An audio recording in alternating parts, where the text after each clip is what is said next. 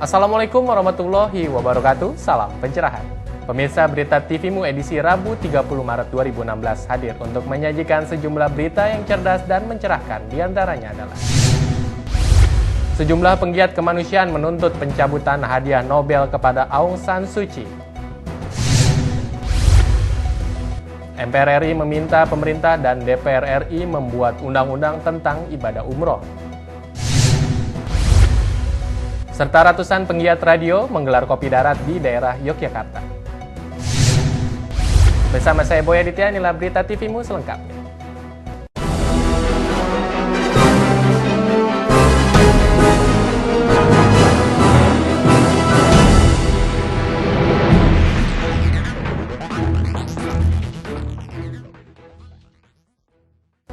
Pemirsa, pejuang demokrasi dan Ketua Partai Nasional League of Democracy Myanmar Aung San Suu Kyi tengah menghadapi kecaman dari berbagai pihak. Kecaman ini muncul lantaran sikapnya yang dinilai buruk sebagai seorang penerima Nobel Perdamaian. Seorang perempuan Myanmar, pejuang demokrasi dan juga penerima Nobel Perdamaian pada 1991, Aung San Suu Kyi berkomentar pedas dalam bukunya yang berjudul The Lady and the Generals. Komentar pedasnya ini muncul setelah menghadapi perdebatan dengan seorang wartawati Muslim BBC tahun 2013 silam terkait pembunuhan massal umat Islam Rohingya oleh rakyat Myanmar. This wave of ethnic violence that has targeted Burma's Muslim community. What is your view of what's been happening there? Some people are calling it ethnic cleansing. No, it's not ethnic cleansing. It's a new problem, and yet it's linked to old problems as well. I would like to make the point that there are many moderate Muslims in Burma who have been well integrated into our society. But people have to take responsibility for their actions. Of course, this is what the government has to do to make sure that there's accountability. And it doesn't seem as if the government is making people accountable at the moment. I'm thinking particularly of the Buddhist monk Wiratu, who used to be in prison but was then let out. And now he's a very popular, influential figure. He goes around spouting what really is hate speech, talking about Muslims being like dogs and blaming them for stealing Burma's women and things like that. Akibat sikap diskriminatif dan acuh tak acuh Aung San Suu Kyi terhadap pembantaian umat Islam Rohingya, sebuah petisi online di change.org yang menyuarakan pencabutan penghargaan yang dimiliki Ketua Partai Nasional Demokrasi Myanmar ini sudah mendapatkan banyak suara dari orang-orang penting lintas negara dan terus bertambah. Ina Legawa memberitakan dari Jakarta. 3 tahun lalu ribuan warga Muslim Rohingya menjadi korban kekejaman pemerintah Myanmar dan para biksu dalam pembersihan etnis Muslim Rohingya. Pembantaian secara perlahan terhadap kaum Rohingya menjadi tanda akan peran pemerintah Myanmar melakukan genosida atas nama ras, agama, dan etnik.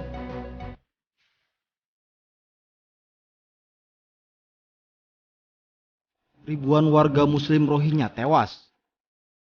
Mayat-mayat mereka teronggok dan berserakan di beberapa tempat di negara bagian Arakan Myanmar dan belasan ribu warga lainnya hilang.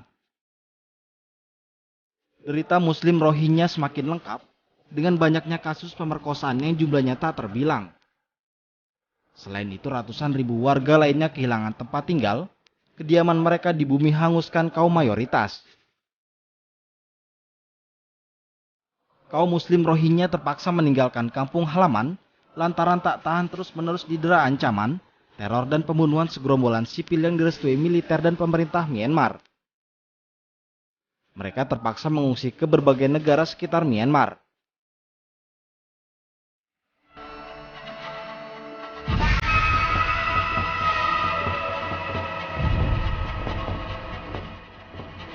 Di lokasi pengungsian, mereka hidup dalam kondisi sangat memprihatinkan. Tapi siapa peduli dengan nasib kaum Muslim Rohingya? Berbagai negara termasuk Indonesia seakan tutup mata atas kasus genosida di negeri jiran ini. Tak ada himbauan, apalagi kutukan terhadap tindak biadab warga dan pemerintah Myanmar. Derita Rohingya menambah panjang daftar penderitaan umat Muslim di dunia.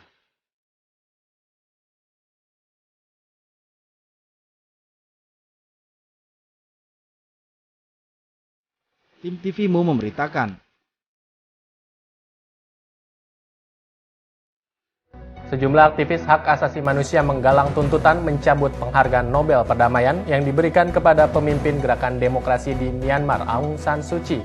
Petisi ini diberikan akibat pernyataan Suu Kyi yang dinilai rasialis.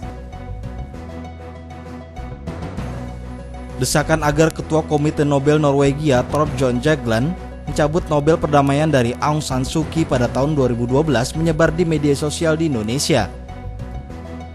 Desakan ini berasal dari para aktivis demokrasi di Indonesia yang memprotes sikap rasial Suu Kyi terhadap presenter BBC Today yang juga seorang muslim, Misal Hussein, pada tahun 2013.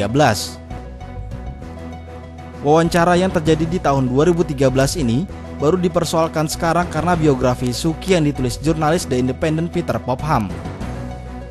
Dalam buku The Independent, Suu Kyi terdengar marah-marah dan mengatakan tidak ada yang memberitahuku akan diwawancarai oleh seorang muslim. Kekesalan Suu Kyi ini disebabkan adanya pernyataan yang diajukan Hussein mengenai penderitaan yang dialami umat muslim Rohingya di Myanmar. Namun ini dianggap menunjukkan sikap rasialisme dari seorang penerima Nobel Perdamaian. Lantaran sikap Suu Kyi inilah, sejumlah aktivis mengajukan petisi pencabutan Nobel Perdamaian Suu Kyi yang diprakarsai Emerson Yunto dan Hamid Bashaib. Kini lebih dari 50 orang ikut mendukung petisi ini, diantaranya Zainal Arifin Muhtar, Gunawan Muhammad, Fajar Rizaul Haq, Ray Rangkuti, Ulin Yusron, Yunarto Wijaya, M. Guntur Romli hingga Andrinov Acaniago. Noviani Nuraini, Tim TVMU memberitakan. Papua sebagai tanah yang kaya menjadi incaran asing. Bagaimanakah pemerintah harus menyikapinya? Informasi selengkapnya akan kami hadirkan setelah jeda berikut.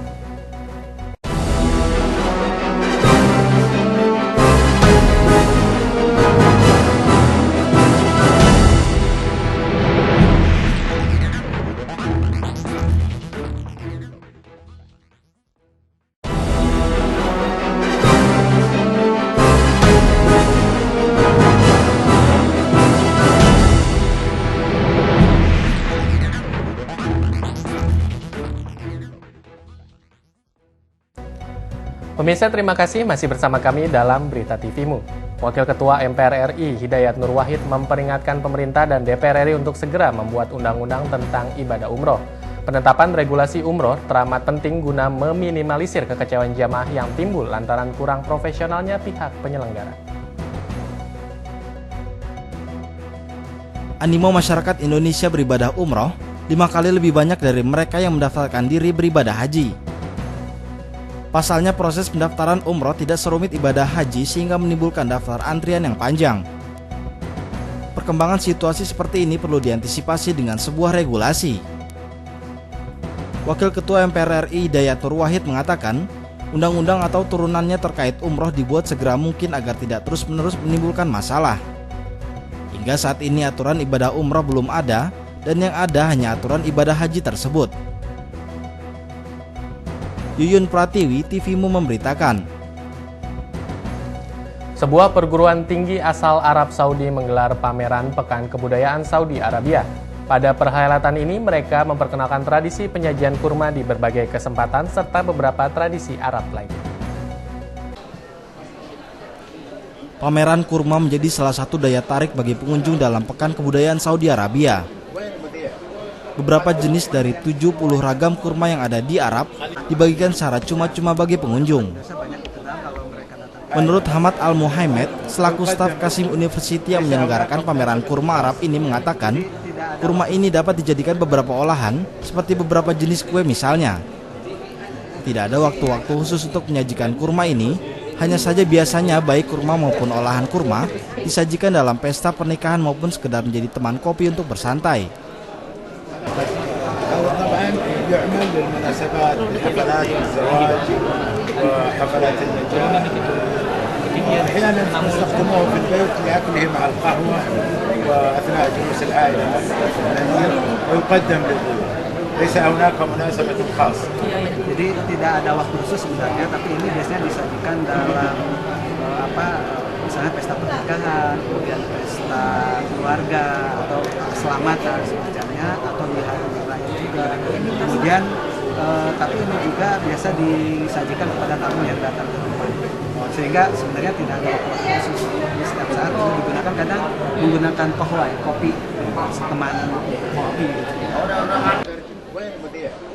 Selain itu, Hamad juga menambahkan buah kurma memiliki kandungan vitamin terkaya.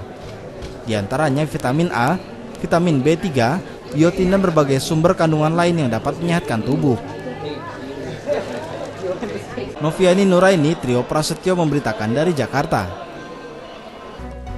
Besarnya kekayaan di Papua membuat Muhammadiyah terus mengawal pemerintah dalam pengelolaan, terutama dalam memantau pergerakan asing di tanah Papua.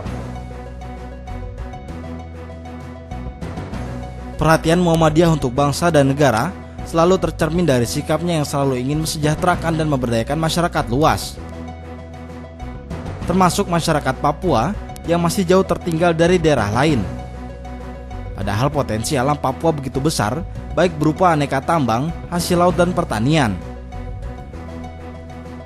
Mengingat besarnya kekayaan alam Papua, Sekretaris Umum Pimpinan Pusat Muhammadiyah Abdul Muti mengingatkan pemerintah untuk melindungi Papua dari asing dengan tidak melakukan referendum bagi Papua.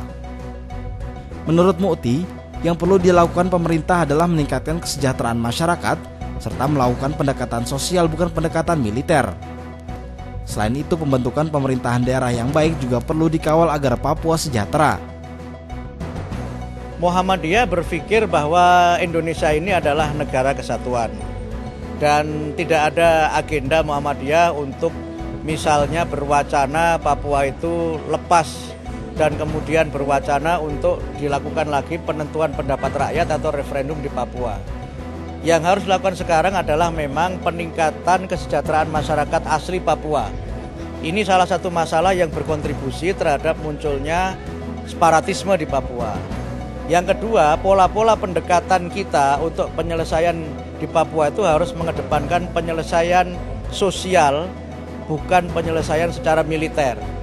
Karena masalahnya tentu adalah masalah sosial, selain kesejahteraan juga persoalan sosial menyangkut relasi antar suku-suku asli Papua dan relasi antara suku asli Papua dengan kaum pendatang. Bagaimana membangun integrasi sosial di kalangan mereka yang ada di Papua, ini saya kira harus menjadi bagian dari agenda penting. Kemudian yang ketiga adalah bagaimana kemudian otonomi khusus di Papua ini harus diikuti dengan upaya pembentukan good governance. Karena sekarang ini terjadi, otonomi itu justru menjadi salah satu ladang korupsi di Papua. Dan kalau ada kepala daerah yang dia akan ditindak oleh KPK atau oleh BPK, maka mereka ini menggerakkan kelompok separatis. Abdul Muti juga meminta masyarakat Indonesia terus mengawal pemerintah dalam menyelesaikan berbagai persoalan di Papua. Arina Nurrohma, Asrul Sabtono memberitakan dari Sumowono, Jawa Tengah. Pemirsa, informasi menarik lainnya akan kami hadirkan setelah jeda berikut. Untuk itu jangan kemana-mana, tetaplah bersama kami dalam Berita TV.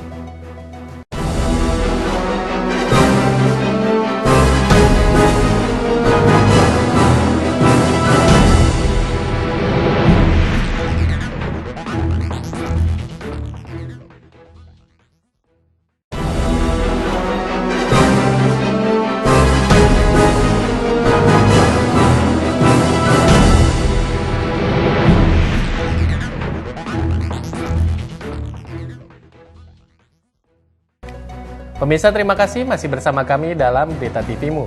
Untuk menjadikan Kabupaten Semarang yang berkemajuan, Sekretaris Umum Pimpinan Pusat Muhammadiyah Abdul Muti meminta pemimpin yang baru dapat membuat program yang strategis dan kreatif.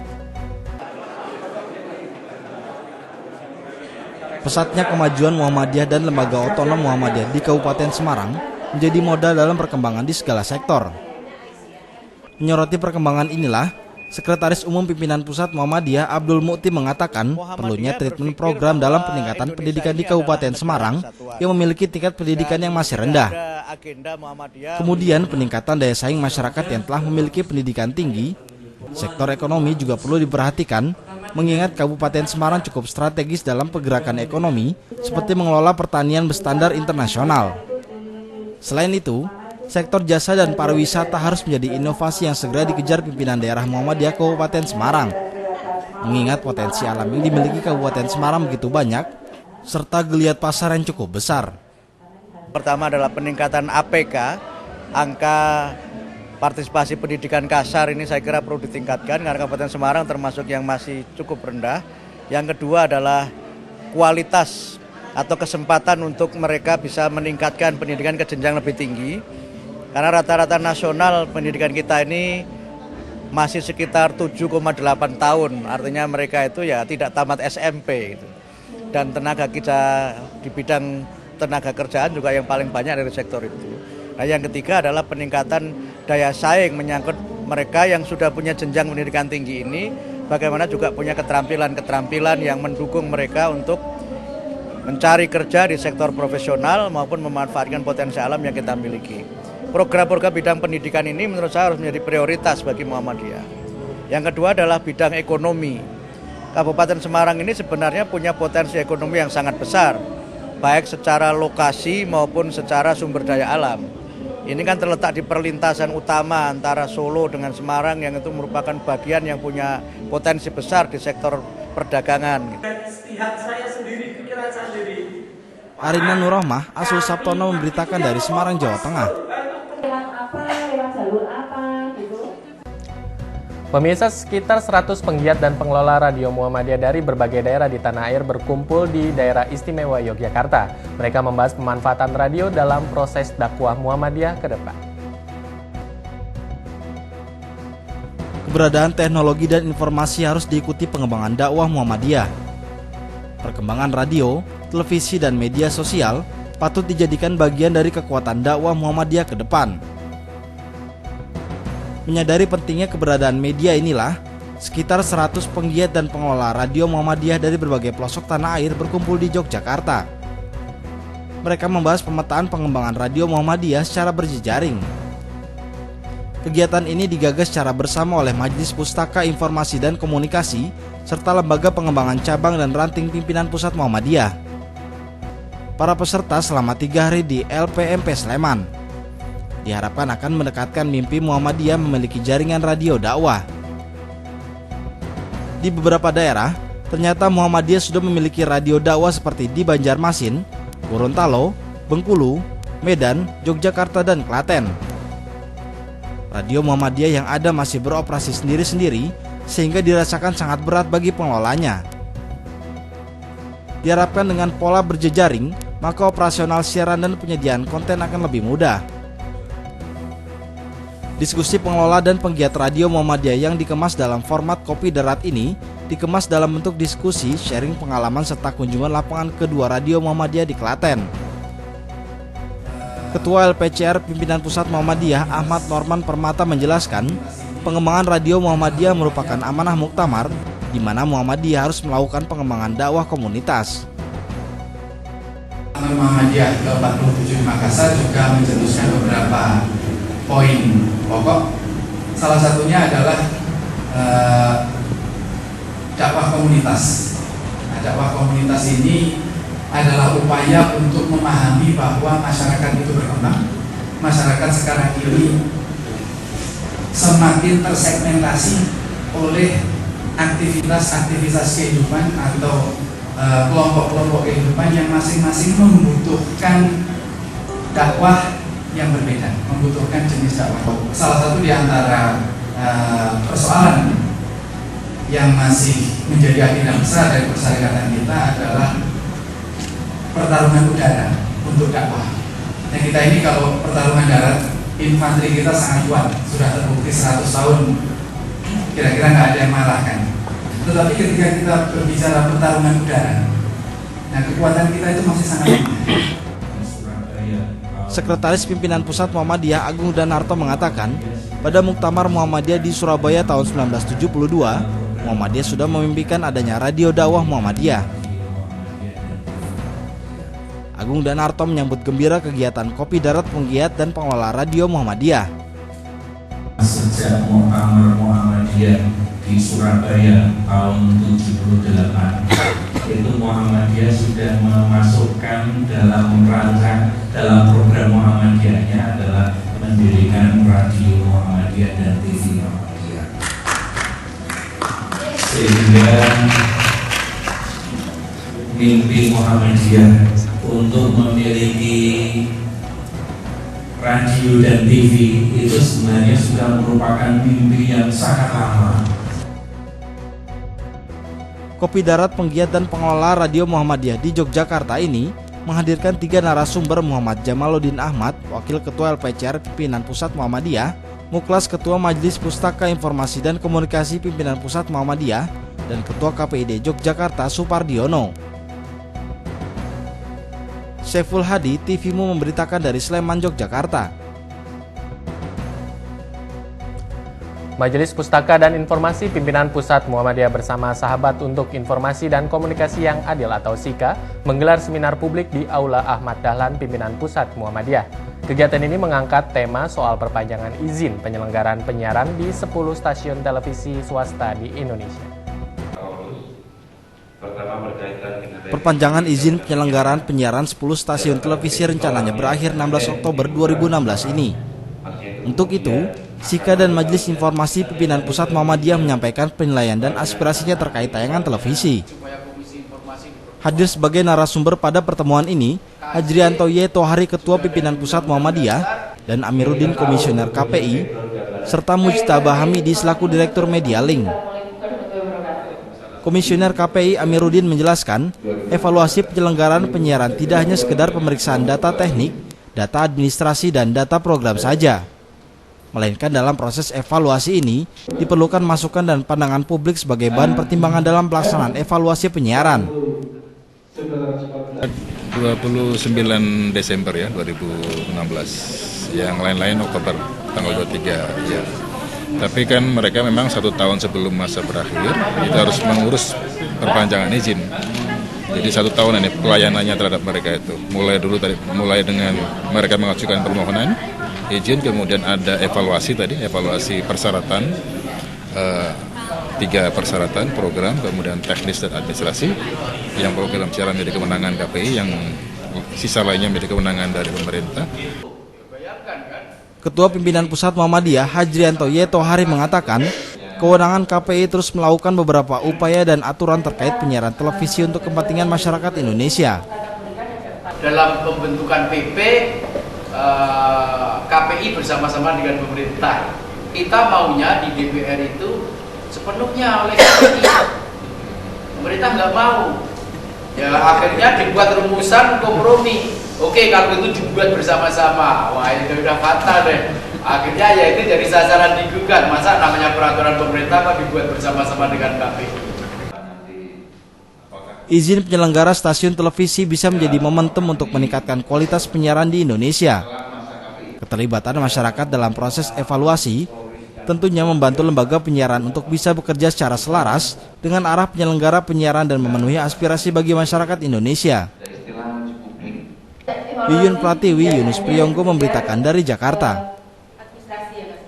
Pimpinan Muhammadiyah dan Aisyah daerah Palembang, Sumatera Selatan menggelar musyawarah daerah pada pekan lalu. Lewat musyawarah ini diharapkan Muhammadiyah dan Aisyah dapat mempertahankan kemajuan yang telah dicapai serta mengembangkan percepatan.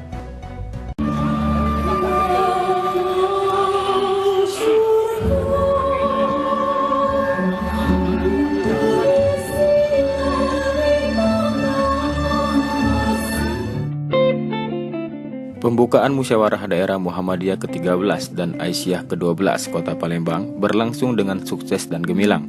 Dibuka dengan paduan suara seni tari oleh siswa-siswi serta mahasiswa Muhammadiyah sekota Palembang. Dalam sambutannya, Ketua PDM Kota Palembang Damiri Samsudin menyampaikan harapan dalam musyawarah daerah ini, pimpinan ke depan dapat terus mempertahankan kemajuan Muhammadiyah di Kota Palembang, serta perlu peningkatan agar percepatan terjadi. Pokok perjuangan program itu adalah peningkatan pendidikan, kualitas pendidikan. Bahasa kita adalah pendidikan berkemajuan. Mencapai tujuan Muhammadiyah melalui pendidikan yang berkemajuan. Ini sudah jalan, sudah bagus, hasilnya sudah lebih bagus dari periode-periode sebelumnya. Dan ini perlu peningkatan. Supaya percepatan terjadi. Ketua Perwakilan Wilayah Muhammadiyah Sumsel Romli menambahkan, Musda merupakan agenda evaluasi organisasi yang esensial dilaksanakan, sehingga menghasilkan pimpinan yang mempunyai visi dan misi untuk beramal bagi Muhammadiyah, serta menghasilkan ide, pemikiran, dan gagasan baru dalam mengembangkan Muhammadiyah di Kota Palembang. Wakil Ketua Pimpinan Pusat Muhammadiyah Hajrianto menegaskan kader Muhammadiyah harus terus belajar dan berbuat untuk kepentingan masyarakat. Pendidikan Muhammadiyah harus mencerdaskan, mengajarkan kemajuan, dan berorientasi ke masa depan. Saya berharap sekali musda ini berlangsung dengan lancar, baik, meriah, seperti yang tercermin dalam upacara pembukaannya.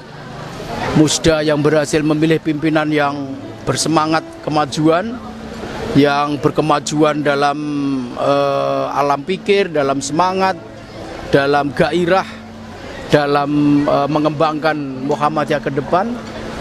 Dan lebih daripada itu, kepemimpinan yang akan bekerja keras mengelola Muhammadiyah, tidak sekedar secara bisnis as usual, tapi betul-betul mengelola Muhammadiyah dengan sungguh-sungguh, mencurahkan segenap tenaga, pikiran, dan waktu yang dimiliki.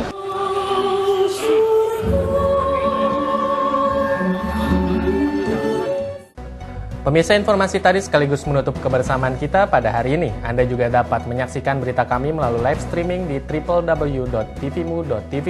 Saya Boy Eritia beserta kru yang bertugas mengucapkan terima kasih atas kebersamaan Anda. Salam pencerahan. Wassalamualaikum warahmatullahi wabarakatuh.